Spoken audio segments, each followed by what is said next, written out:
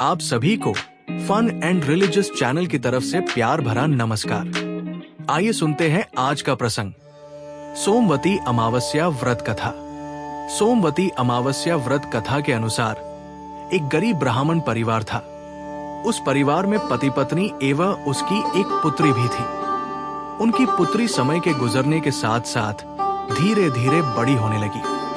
उस पुत्री में बढ़ती उम्र के साथ सभी स्त्रियोचित सगुणों का विकास हो रहा था। वो कन्या सुंदर, संस्कारवान एवं गुणवान थी, परंतु गरीब होने के कारण उसका विवाह नहीं हो पा रहा था। एक दिन उस ब्राह्मण के घर एक साधु महाराज पधारे।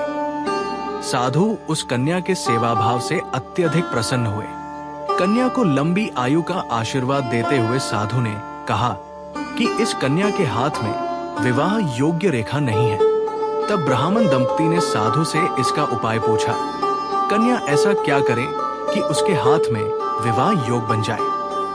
साधु महाराज ने कुछ देर विचार करने के पश्चात अपनी अंतर्दृष्टि में ध्यान करके बताया कि कुछ ही दूरी पर एक गांव में सोना नाम की एक धोबिन महिला अपने बेटे और बहू के साथ रहती है, जो बहुत ही आचार विचार एवं संस्कार संपन्न तथा पति परायण है।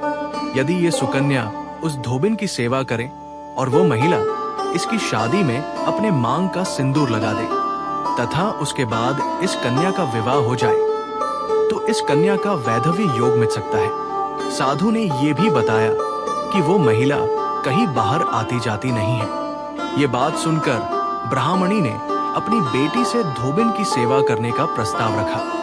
अगले दिन से ही कन्या प्रातः काल ही उठकर सोना धोबिन के घर जाकर साफ सफाई एवं अन्य सारे कार्य करके अपने घर वापस आने लगी। एक दिन सोना धोबिन अपनी बहू से पूछती है कि तुम तो सुबह ही उठकर सारे काम कर लेती हो और पता भी नहीं चलता। बहू ने कहा, माँ जी, मैंने तो सोचा कि आप ही सुबह उठकर सारे काम खुद ही खत्म कर लेती हैं। मैं तो देर से उठती हूँ। ये सब जानकर दोनों सास बहू घर की निगरानी करने लगी कि कौन है जो सुबह ही घर का सारा काम करके चला जाता है। कई दिनों के बाद धोबिन ने देखा कि एक कन्या मुंह ढके अंधेरे में घर में आती है और सारे काम करने के बाद चली जाती है। जब वो जाने लगी तो सोना धोबिन उसके पैरों पर गिर पड़ी। पूछने लगी कि आप कौन हैं और इस तरह छुपकर मेरे घर की चाकरी क्यों करती हैं? तब कन्या ने साधु द्वारा कही गई सारी बात बताई। सोना धोबिन पति परायण थी, अतः उसमें तेज था। वो तैयार हो गई। सोना धोबिन के पति थोड़ा अस्वस्थ थे। उसने अपनी बहू से अपने लौट आने तक घर पर ही रहने को कहा। सोना धोबिन ने जैसे ही अपने मांग का सिंदूर उस कन्या की मांग में लगाया, सोना धोबिन का पति मर गया। उसे इस बात का पता चल गया।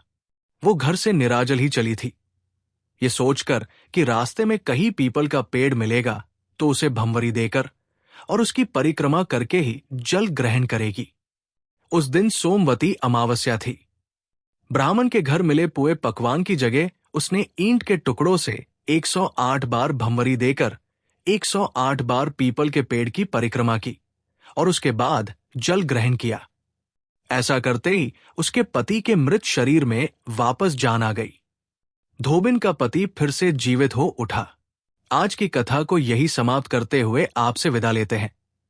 आप ऐसे ही और कथाओं का आनंद लेने के लिए हमारे channel fun and religious stories को ज्यादा से ज्यादा लाइक करें, शेयर करें और सब्सक्राइब करें।